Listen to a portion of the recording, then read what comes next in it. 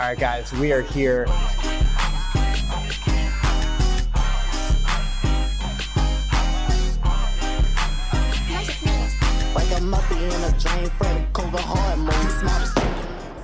What's going on, guys? Icy Gaming here in Thailand at MAYG headquarters with Sinjin, our Oyaban. Today is a very special day. It is a soft launch of My Angry Yakuza Girlfriend. A long time in the making. Yeah. How you feeling? Exhausted. It's like getting to the starting line from the finish line, yeah. For the people that aren't familiar, like what does a soft launch mean? The token is live. Like we got the Discord heard everything, but you know, for people watching this, like what does this mean? What does today signify? Yeah, so today the token is live, so it's on Arbitrum, and it's Arbitrum Xi token. The DEX pool will be on next week. Airdrops will be to players' accounts, and we're live. So our game mints the token, and so it's not a traditional like TGE that you're used to where you have the supply and so on and so forth. So it's really based on player activity, and that's how the economy starts to run. So it's the start of the economy.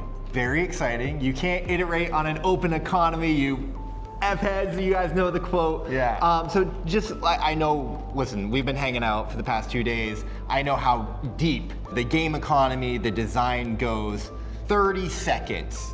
Just give me like how the token and the game works with that economy and like why that was important. The reason why, like, we could have launched like a year ahead, but you know, the gameplay and the game economy is so very much linked because ultimately the way the gameplay works is how the token is being minted, but it's also how it's being managed.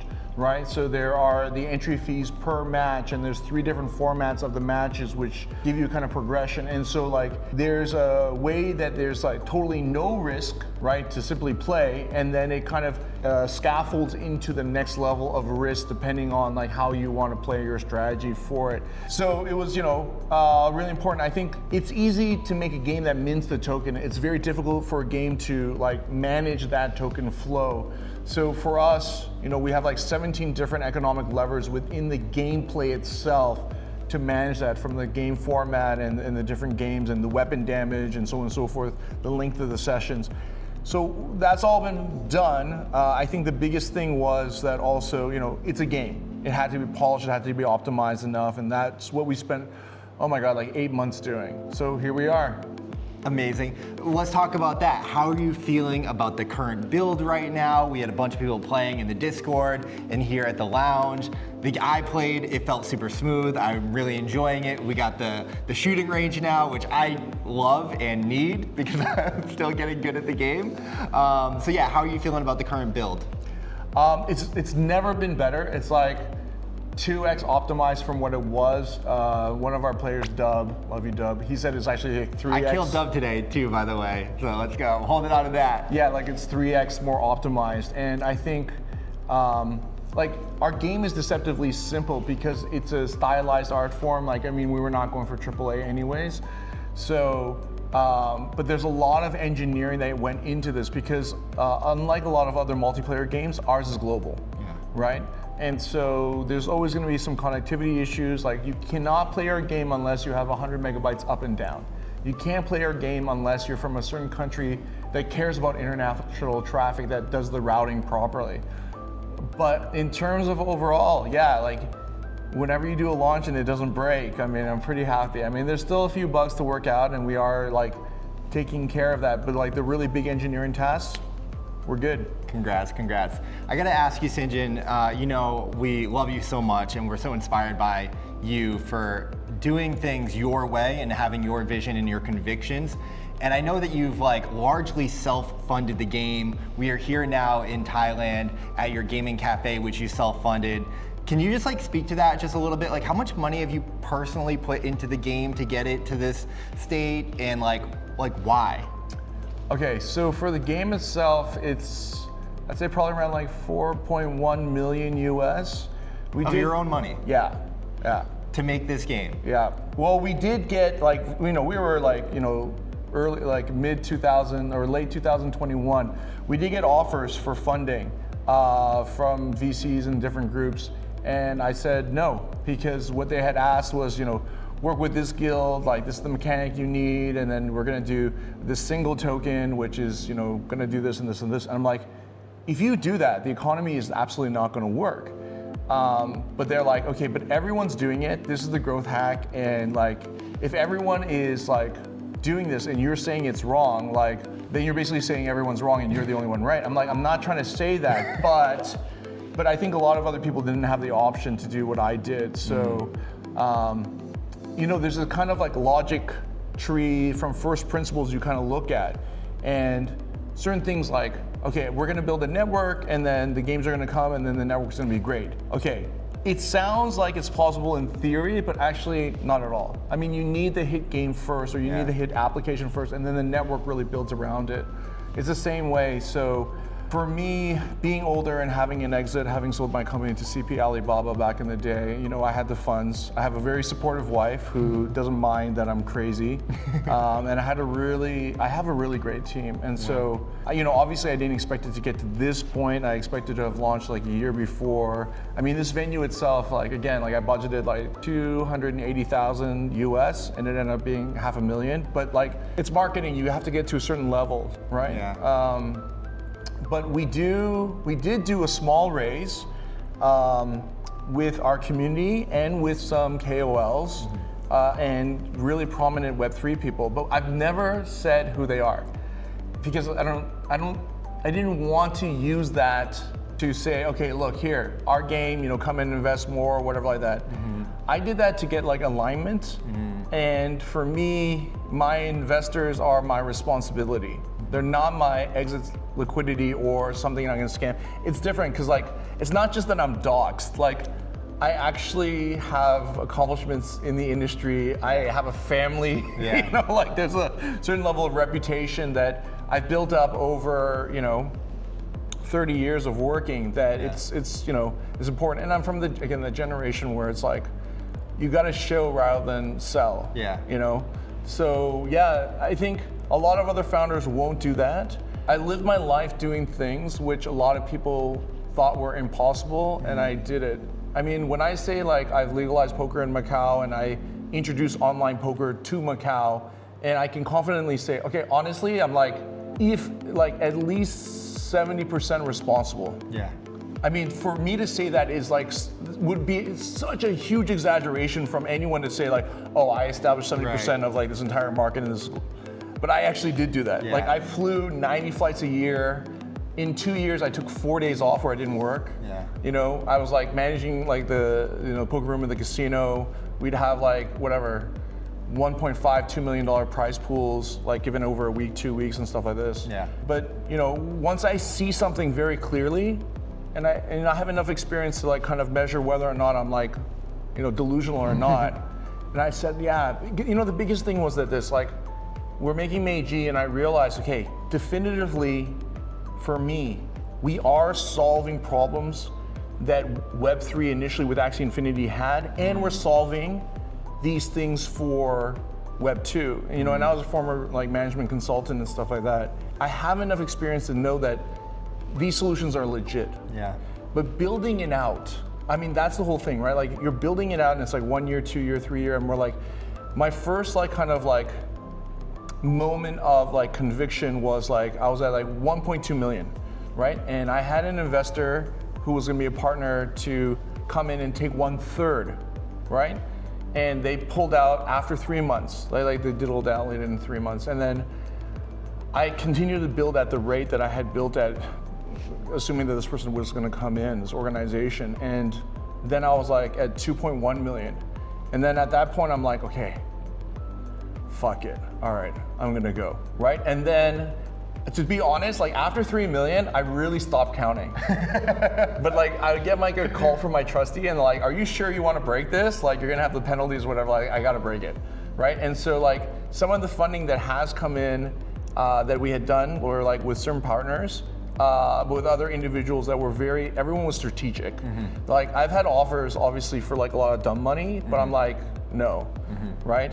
In retrospect, I probably should have taken more dumb money, right? But you know, like when you're making an original game, you're doing this, and I'm like really looking for where the value is. as much assistance as I needed, and then I wanted it. And I'm old school, like in the sense like, okay, I have the equity. It's not even like sweat equity. Like it's like real equity and my sweat equity and the fact that, I could hire 5 other executives and I don't to like save costs because I can do it. I've been an executive, I've been an entrepreneur before. So like that equity, for me to give it to somebody, right? And to give them like quote unquote a fair valuation, it's like taking a piece of my soul. Yeah. So, it's not that I've been stingy about it. It's just that, I'm really super selective because it matters that much to me. Yeah. So I want to ask that's what we love about you, right? Yeah. And I love every time I hear the story and learn different pieces and bits of it. It's just so cool. Yeah. It's so cool to like have you in the space and building the way that you're building. It's really inspiring. Where are you going to succeed where others have failed? And I ask that because you've always been so strong in your convictions and your perspective and outlook on the industry. Yeah. And like you kind of said, time proved you right. Not quite yet, but we're getting there. At least in terms of like a lot of the problems that we've seen in this space. So I'm like, where is MAYG going to succeed where others have failed? I think it all comes down to game design, right? So the majority of people who engage in the space, maybe they were like game developers, like at Riot or whatever like that, but to like make a game from like start to finish, not many people really have. And so a lot of people might say, okay, the indie developers can really do it, but indie developers haven't made a game at scale, or they haven't seen it at scale. I think the biggest thing was that because I was the regional director of PokerStars, so one of the key executives, I know what it is to see the numbers at $1 billion, not just for 1 year, not just for 2 years, but for 3, 4, 5 years, right? And seeing that trajectory and making a market from zero grow, right, to millions of dollars. Yeah. But the also thing is like in poker, online poker, right? It is an open economy. People cash in, people cash out, right? The difference is that like, it's like basically obviously a stable coin like situation and the economy is pretty preset. But in terms of like the problems in Web 2, like having been in esports and stuff like that, like user acquisition or retention or like where do you have a game like that's been around like Counter-Strike and Dota, Counter-Strike for like fucking 25 years now, right? Like Dota, like if you include like the original Dota stuff, 2003, so what has it been, like 23 years, right? But people don't realize is like, when those games were mods, they were mods for such a long time. Yeah. Right? They had so much balance in playtesting and stuff like this, right? And they had a very clear game loop at the beginning. But in terms of some other things like poker, right? Like the revenue model is very clear. So if you're saying like, okay, we're gonna have an open economy game or we're gonna like deal tokens, right? Then equally, the monetization has to be extremely clear and you have to build within that, right? So like when I'm talking to the other game developers and stuff like that, they're like, okay, my game is fun, you can do this and you can earn. Yeah. But where is the company earning money? Like what is the actual revenue model and how does that token interact with the revenue model? Like that's, that part. It's really important. It's so fucking important, right? But yet no one talks about it because I think, like to be honest, most of the game developers in Web3 gaming we're totally fucking incompetent. Yeah. Right? Like literally, I'm sorry if you're hearing this, but you guys, and you know it, you guys were fucking incompetent. Because even if you don't know how incompetent you guys actually were, you were. Because like, if you were to take another senior game developer, designer, and look at like what they've done, like some very fundamental things is like, if the core is the token or that's the liability. Yeah. Like how are you mitigating it? And I'm like, okay, we're putting in more burns, we're putting in more whatever, right? That's not design. Right. That's like a functionality you're kind of putting in, but it's not the structural thing. So where are we quite different is that, you know, the gameplay and the economy is one of the same, right?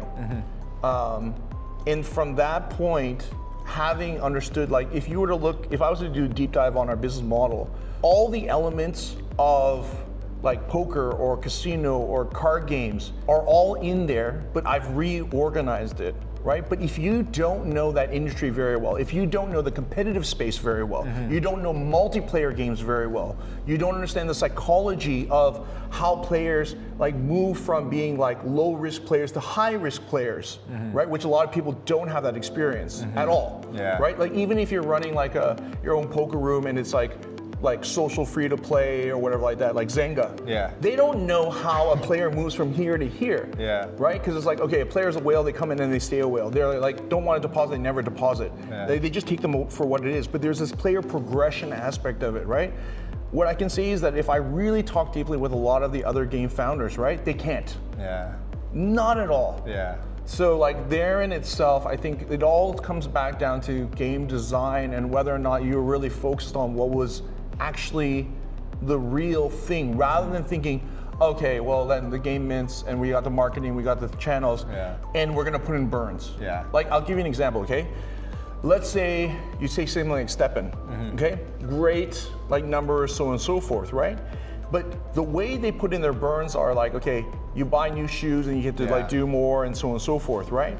But when you max those out, right, then the transactions are still happening. Yeah. But that burn stays the same. So there's no scaling of these things, right? So then the model has to be that the gameplay itself burns a token, so the more gameplay there it is, the more earnings there are, but like with a percentage, that also goes up.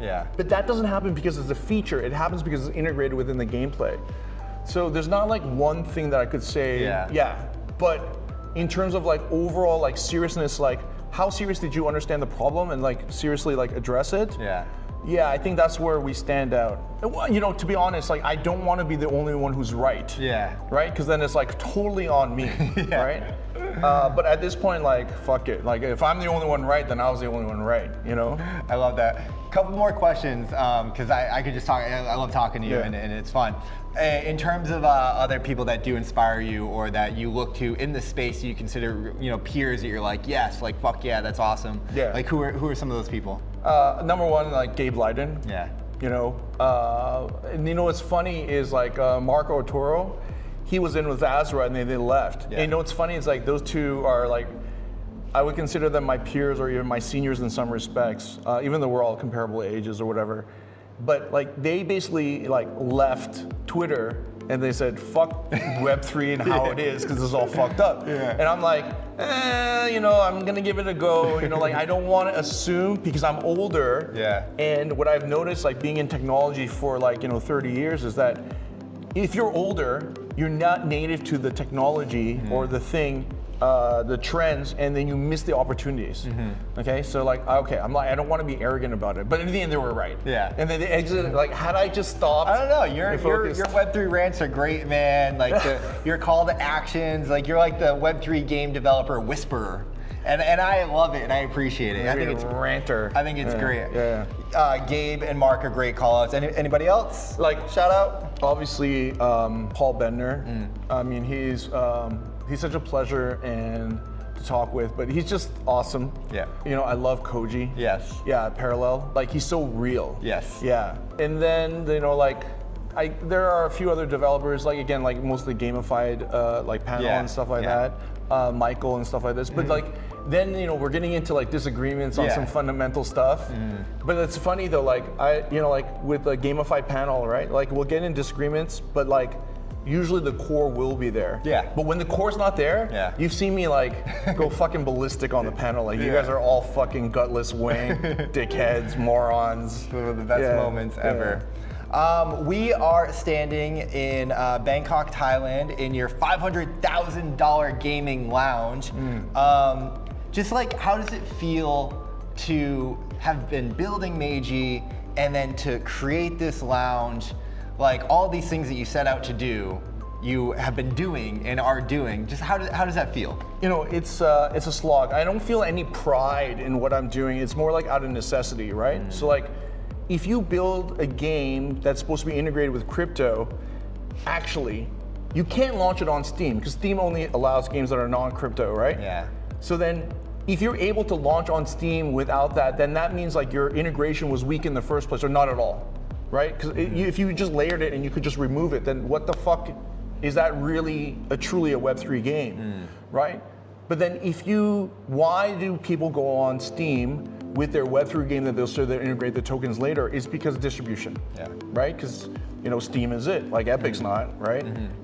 And so like if you're in that situation and you're like, okay, you're really gonna build this product, but that product really isn't for Steam or cannot be, right? Then you have to figure out your own distribution channel, right? Now you can do like streamers and you can do whatever like this, but Web3, I think there's so much onboarding and education that's required. So it's the same thing like with online poker. Hard to imagine, but back in mid-2000s, right? Nobody knew what poker was in Asia at all. Seriously, other than expats, right? Or those who had studied in the US. Yeah. Literally, like I'd be in like Hong Kong or China and they'd be like, oh, like 2 cards like Baccarat? Yeah. I'm like, no, like poker. And they're like, what? Like they just had no idea about the game. But you know, when people are talking about like, you need a launcher because no one's not gonna trust a game that doesn't have a launcher. Well, like all of like online gaming, real money or iGaming isn't on the Google App Store or whatever like that, right? But they do like their marketing through agents, right? But what at PokerStars, what we had done was we had done like these massive, you know, poker tournaments, right? And then we had used TV, but TV doesn't exist anymore. Yeah. So what are you gonna do, right? So, we built this place, number one was because there's a certain branding that we wanted to have, like the luxury kind of lifestyle stuff, but also like as a distribution channel. And like purposely thinking like, okay, we are gonna onboard players one at a time, and that's okay, right? It's very analog, right? But it's like, the reason why I still stayed on Twitter was because like with yourself and the other Wilsdale, Peyton and Sam and stuff like that, we and Lambs, we have an analog friendship. Yeah. Which is funny because like it's an analog friendship, but it's so strong enough for us to use the digital space and stuff like this to communicate.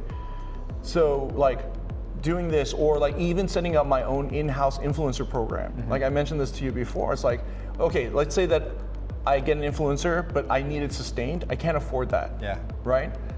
Who's already established. But if I, get influencers who are interested to like come on board with me early and for us to like grow together, right? That I'm willing to do that. So I have a staff dedicated just for the influencer program, right? I mean, like these are things where like you're taking charge of your own channel specifically because the messaging is very important as well, right? So yeah, like everything was like out of necessity. It was like very strategic because there are a lot of moving parts here, but like as soon as you establish that one part, like it's done, right? If someone says to me, okay, Sinjin, about distribution, you're not on Steam, are you stupid, right? I'm like, are you stupid? Like, because like the game design, blah, blah, blah, blah. And they go, no, but you're stupid anyways, because then PC games won't be downloaded with like a random exe or whatever like that. But the biggest problem is anyways, nobody trusts anything in Web3, right? Yeah. But I had partners who have come here and they see this 9,000 square foot place, they can tell was like $500,000, which is a huge amount of money in Thailand to use, right? And they're like, fuck. Okay, we trust you, right? Let's move on. Like, okay, like obviously you're not here to like just do some online scam or whatever like that, so on and so forth. Like we're fully registered here in Thailand as, marketing office. I have my staff here and so great and so staff, forth. by the way. Everyone's been so kind and so nice. So. Oh, Thailand's the best. Yeah, rolled out the red carpet. So. But like just having this channel to create trust, right? Like you come over, or Dub comes over, or Kobe Stream comes over, or whoever comes over, Jay Ryan comes over. And then you can come and see this, but then other gamers see this, and then the entire thing is like, is it a scam? Is it a fly-by-night? Like, is it like shady or whatever? It just goes out the door. Yeah. Right? And then it's just like, okay, then what's the real game here? Yeah. But like that was a real investment, right? Not just in the game itself. So, it's just this thing where it's like, for mainstream marketing, like if you were to spend like 10 million making the game, right? Upwards you would need the same amount for marketing, or at least half, right? So that's, if you really think about it, like, so if we really spent, like, I would say close to around like 4.5 million, right? Then, us spending like $500,000 just to do this plus, it's still not enough. Yeah. Exciting times. 2 questions, quick, we'll get you out of here. What do you love about MAYG? What do I love about MAYG? I love it that it's so fucking ridiculous.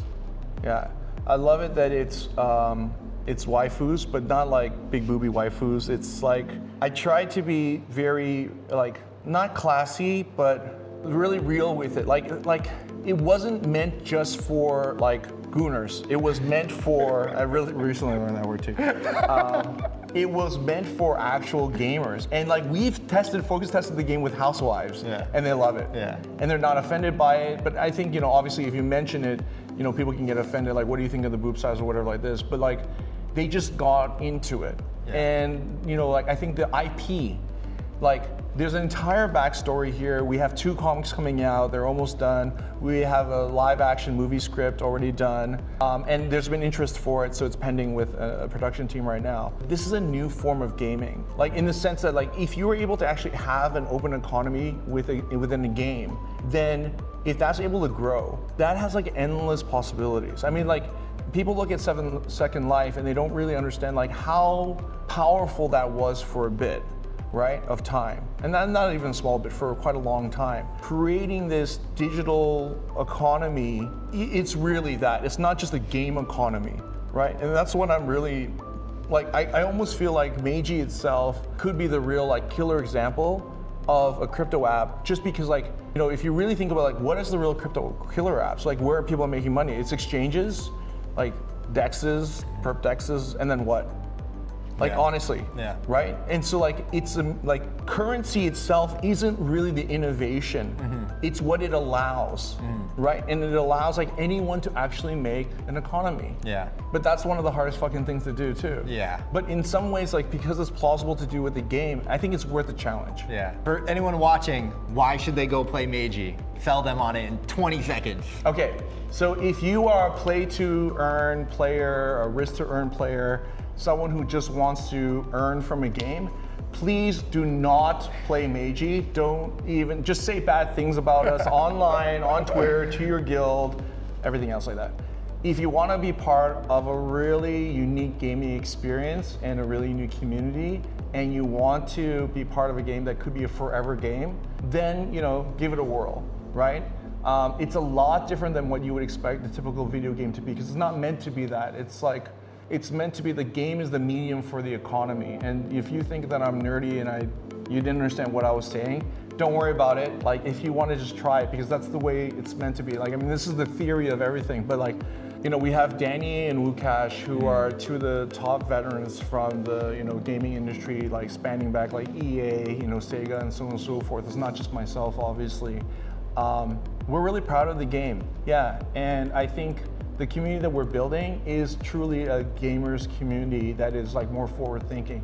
But again, like, if you're only interested in what you can get out of the game for yourself, please, like, politely, respectively, like, please do not even talk about our game. It's really interesting, Sinjin, because the more that I talk to you and the more that I play the game and the more that I really understand where you're coming from, it really is more apparent of like you can't really sell it, you can't pitch it. It's like the I feel like the Joker, Joaquin Phoenix meme, like, you wouldn't understand.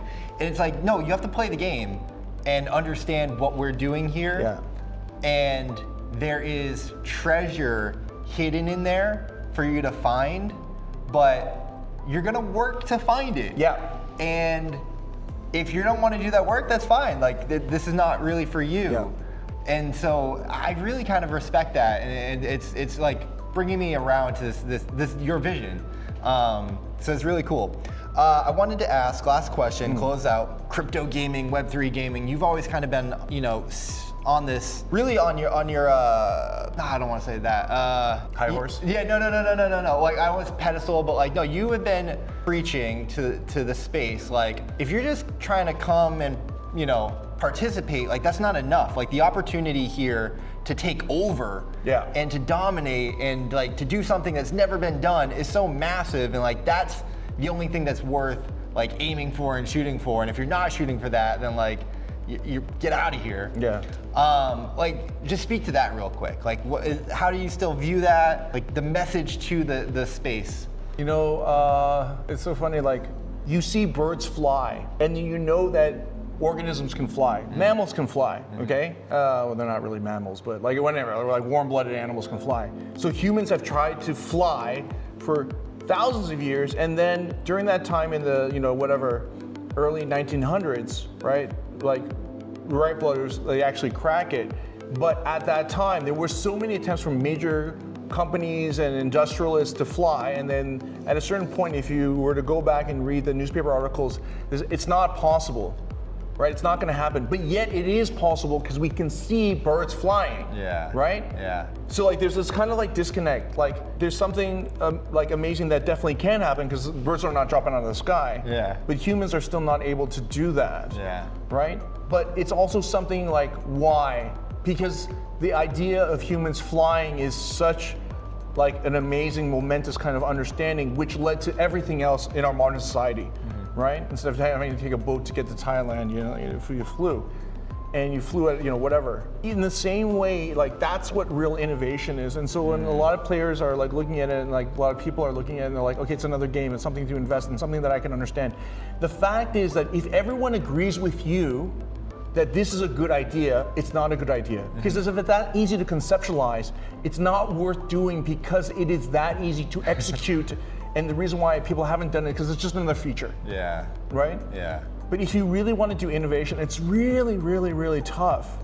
Right? And like, it really depends on first principles, like kind of understanding like whatever. Now, this sounds like total bullshit, but like we have like the greatest example in Elon Musk. When he did like electric cars, everyone's like, oh, that's fucking ridiculous. But if you think about it, it's a conceptually, it's the right idea. Yeah. But it never commercially worked out for all these other reasons, right? Right. Having your own commercial space, like, service, right? Yeah. It makes sense because like every time like they do it, like they throw away everything. Yeah. It's reusable rockets. Like, yeah, okay, yeah. sure, great, but So, like what the everyone thinks Elon's nuts. Yeah. And Elon said that like, they're like, how do you have the courage to do all this? And he's like, I don't really have courage. I see from the first principles like that logic that allows me to do it. But then again, you look at Elon, he's done all this, right? How many people have followed suit to do the same level of entrepreneurship or innovation that Elon has? Nobody. Yeah. Because it is really, really, really tough. Like you have to kind of accept like, flight is a tough problem. We're not just gonna solve it in the first tries or whatever like that. And if we are gonna solve it, we really need a lot of depth to do it in, right? And I think like for myself, if I can see what the problem is, then I can figure out how to fuck it up. Yeah. I was a professional rugby player, and I was playing during that time where I was the only like Asian playing on like international social circuits or whatever like that, literally. Yeah. Right? And there were a lot of guys like in my like South African touring team. It was literally like 6'4", 6'4", me, right? And like 6'4", 6'8", 6'3", 6'4", whatever like this, right? I had to perform at that level, just figure out like what it is. Like my tackling technique, my scrumming technique is like perfect, right? But like, if you look at me from the front and then if you look at me from the back, my back is like 3 times bigger, right? Because I needed that thickness because I didn't have that height, right? But I knew that, right? So I would work on my back like fucking like an hour, right? And people were like, Sinjin, like you're really like just a rectangle at this point, right? I'm like, fuck, better be a rectangle than a fucking pancake, right? Yeah. But I've always felt like if you understand the problem, and you have the confidence to kind of like really wrestle with that problem, then you can really grasp a hold of that problem. And when you grasp a hold of it, right, and you understand the win conditions, then you're not just trying to kind of win, because you really know what it is to win. And then you just fucking dominate, right? And then the thing is like, here's the thing about entrepreneurship or any given project, especially as hard as these all are, right? If you were to say like, what is the success rate for MAYG at this point? Maybe I could say optimistically 30%, right? Which seems really low, right? But when we first start, and every start, it's 0. Yeah. It's full on 0. Yeah. Right? But it's not like a lot of people think about odds as like, okay, what are the odds of success compared to everybody else's odds of success or whatever like that? I don't know, 2%, 5%, 20%, 80%, whatever like that. It's all bullshit. Right? Everyone is at fucking 0 because nobody fucking knows. Right? But it's like if you wrestle and you dominate the problem and you solve it and you can get to the next step, you're adding 0.1% every single time you do that. So 30% success rate for me is also respect to like how difficult the problem is, but also showing that I'm coming from 0 and I fucking like clawed my way for every percentage point of success to get to where I'm at. Right? And at the end of the day, like if you really have those wins, you don't need validation, right? Because you need to be so convinced and so like how do I say? You have to see your theory work out in the process Yeah. to really actually make it to the end. Right. Like if I need validation, I'm never gonna get this done. Yeah. Right? Because I'm not strong enough to really dive in.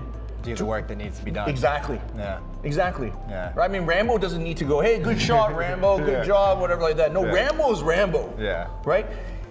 I can talk all the shit that I want, and the reason is not because like I don't give a shit about other people, right? Because I am Doing in the that work. mentality. I'm the motherfucker. Whatever I do, I'm the motherfucker. I don't give a fuck if you think you're the motherfucker. No, I am the motherfucker, and I'm gonna fucking dominate you. Yeah. Right? It's like that level of mentality that's really like, I can feel it. you know? Because that's what it takes. Yeah. I mean, like, okay, if I was to say, like, what are the things that I've done in my life that were, like, very singular, maybe I could point to 3 or 4 things, right? But that's a lot. Yeah. Like, I mean, like, singular, right? Where, like, and that didn't come with anything less than, you know, like, all the obstacles you could think of. So for me, Web3 gaming actually has been really that difficult. Yeah. It's taken all this experience for me to, like, you know, to come to bear and really get it done. But, you know, where do I think we're at? Yeah, I think for me, like 30% is being generous, maybe 20%. But like that. Confidence comes from competence though, and Yeah. you've had the track record, you've done it before, and you're doing it and you're solving these problems that you're like, yeah, no, it's working. So it's been amazing to watch you build for the past few years. And we're rooting for your success. We love you. You're a cherished you know, figurehead in I this do space. love the community, and I think it's because of the friendships. Yeah. Then I'm like, okay. Yeah, well, we're all in it together, yeah. trying to like, you know, we see this thing and a lot of the world thinks that we're crazy, but like, it's the crazy ones that change the world, to quote Steve Jobs. So, you know, it's like we get to be crazy together and work and figure this stuff out, and it's a lot of fun. So it's an honor to be here. Thank you for opening your home and your doors and doing the work and having the vision and having the conviction to keep going. And fuck, excited, man. Well, Thanks, I did. Thank you, brother. Yeah, appreciate you. I hope I didn't scare anyone at home. I'm like very peaceful now in my old age. You know, I'm not going to beat up people and stuff like this. I'm Not too old anymore. for that. Not yeah. anymore. Awesome, guys. Appreciate it.